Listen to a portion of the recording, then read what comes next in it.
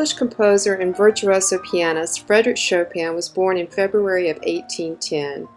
His musical genius and unique style made him the darling of social circles, where he felt more comfortable performing in their living room salons than on the concert stage. Chopin's music was full of grace, nuance, and it had a sweeping sense of flair. You have to listen to a lot of Chopin to truly capture and understand his very unique style.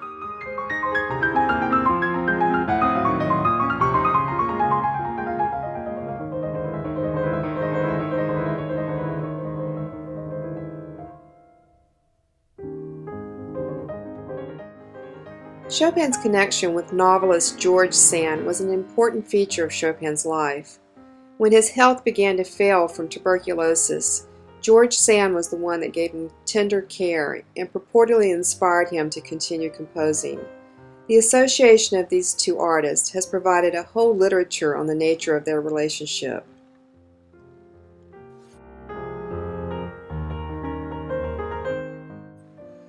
The last 10 years of Chopin's life were a continual struggle with his pulmonary disease. He died in Paris, 1849, at the young age of 39.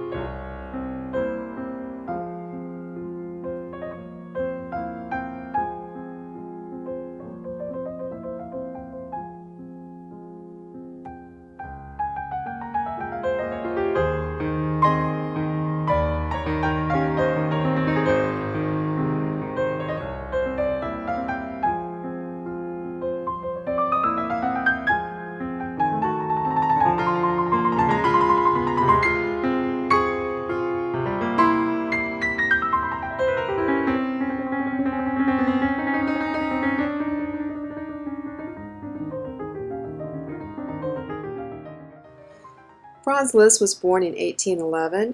He was a 19th century Hungarian composer, pianist, conductor, and teacher. Liszt became renowned throughout Europe during the 19th century because of his virtuosic skill as a pianist. He traveled by stagecoach from city to city, drawing countless people to his concerts. Women were all over Liszt. He was charismatic, good-looking. In short, he was the rock star of his day. Franz Liszt was considered to be the most technically advanced pianist of his age, and today he's considered perhaps the greatest pianist of all time.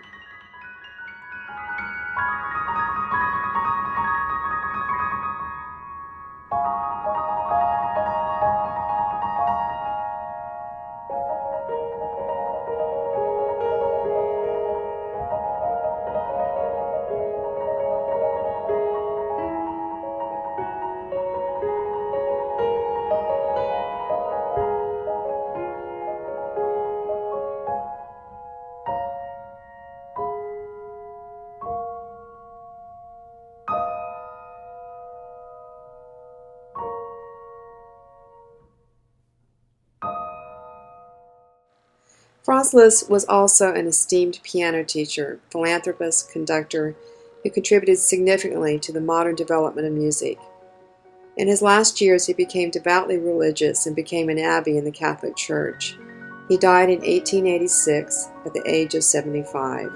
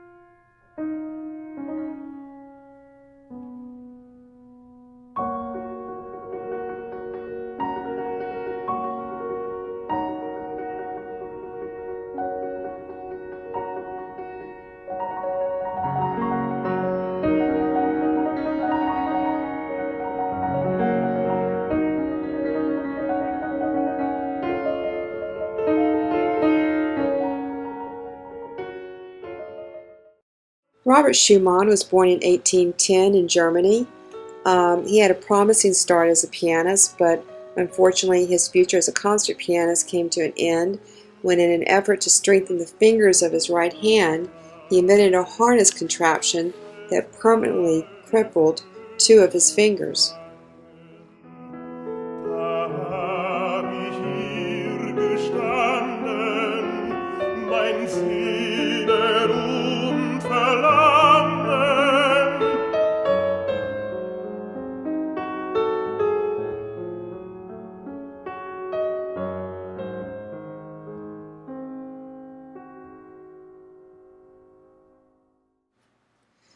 The most important person in Schumann's life was Clara Schumann, his wife. She was a very important concert pianist at the time, and for the most part they had a very happy life until he started developing mental trouble. He started to hear strange voices. He even heard the sound of a tiger. He tried attempting suicide. It was not successful, and eventually he was committed to an asylum where he spent the remainder of his life. He died in 1856.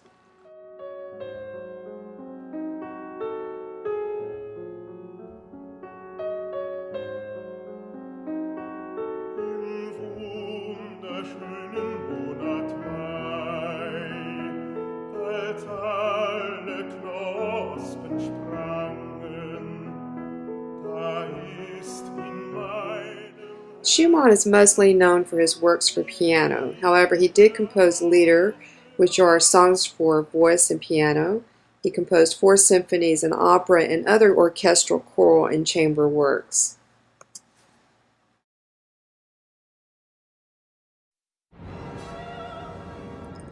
Wagner was born in 1813 in Leipzig, Germany. For Wagnerian opera fans, his operas represent the highest synthesis of music and drama for the stage.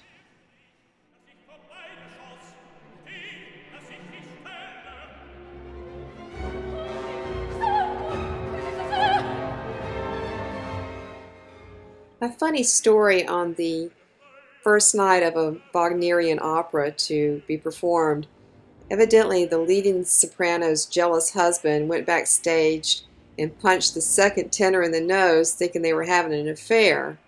And then when she tried to stop her husband from hitting her too, she fainted on stage. So it was a big mess. And to make matters worse, Wagner's pet dog, a poodle, had run away from home. But despite all of that, his operas took off like wildfire, and he became very, very famous in his own lifetime.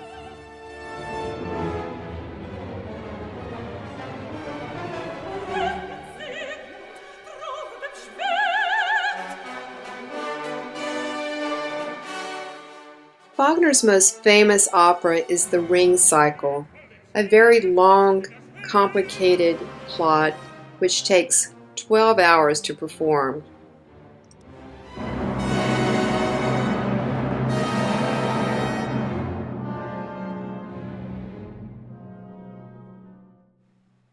Wagner had an incredible love of luxury. In his final opera, Parsifal, it was composed after hours of soaking in a hot tub full of perfume. His demands for fine clothing made from satin, silk, and fur trim taxed the resources of his seamstress. He was particularly fond of pale and delicate shade of pink. He ended up marrying the illegitimate child of Franz Liszt, and together they had 2 children.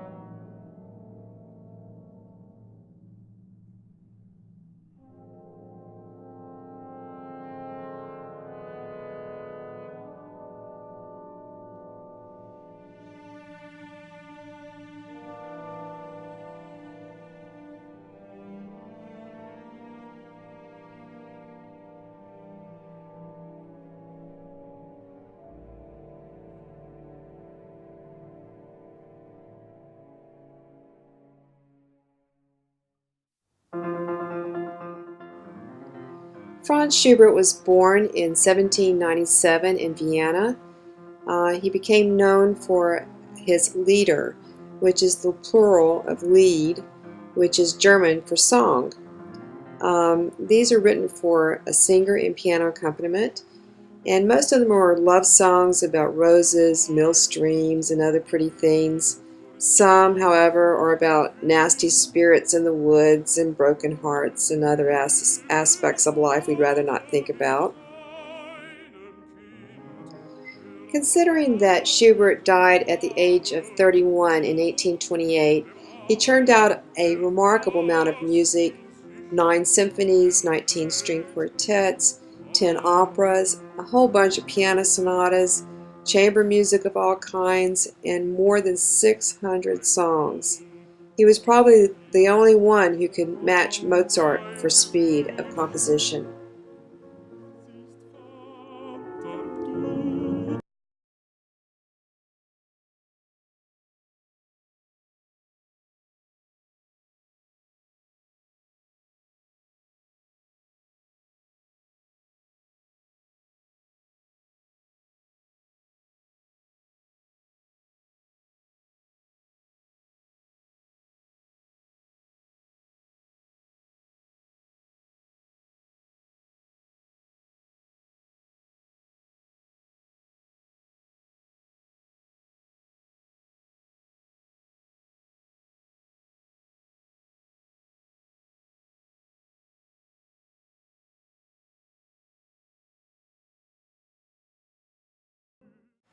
Tchaikovsky was born in 1840, an extremely prolific composer who is best remembered now for his later symphonies and his ballet music: Swan Lake, Sleeping Beauty, The Nutcracker.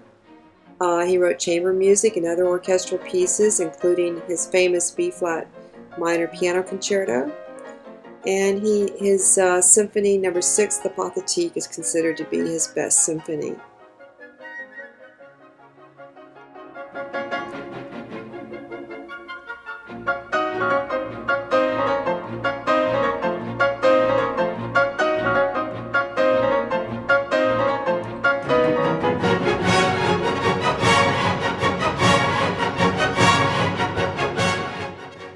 An interesting story on Tchaikovsky.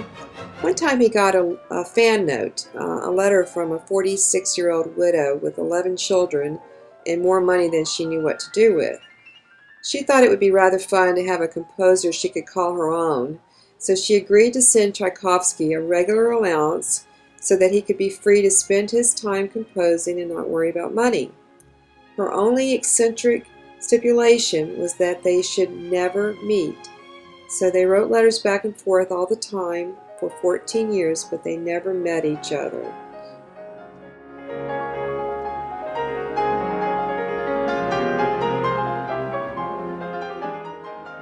Tchaikovsky attempted suicide. He immersed himself in the icy river hoping to catch pneumonia, but he wasn't successful.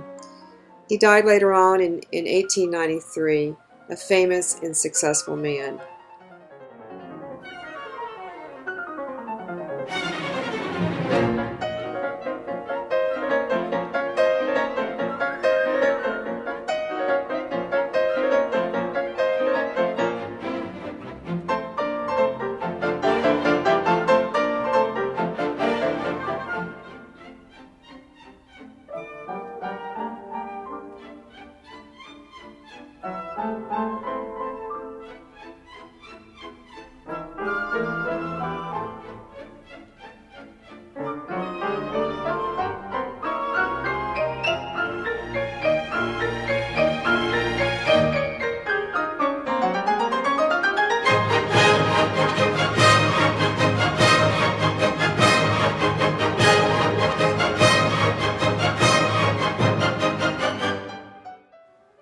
Brahms was born in 1833 in Hamburg, Germany.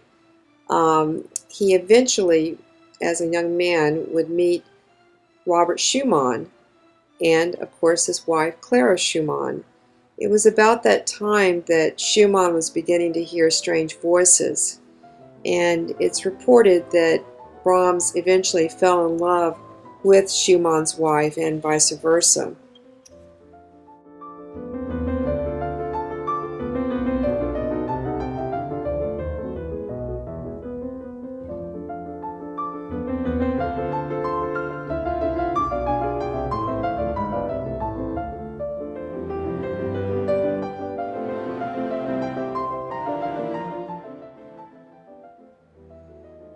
Brahms composed for piano, chamber ensembles, symphony orchestra, and for voice and chorus. Despite his reputation as a serious composer of larger musical structures, some of Brahms' most popular and more commercially successful compositions during his life were smaller scale works, works designed for the domestic music making.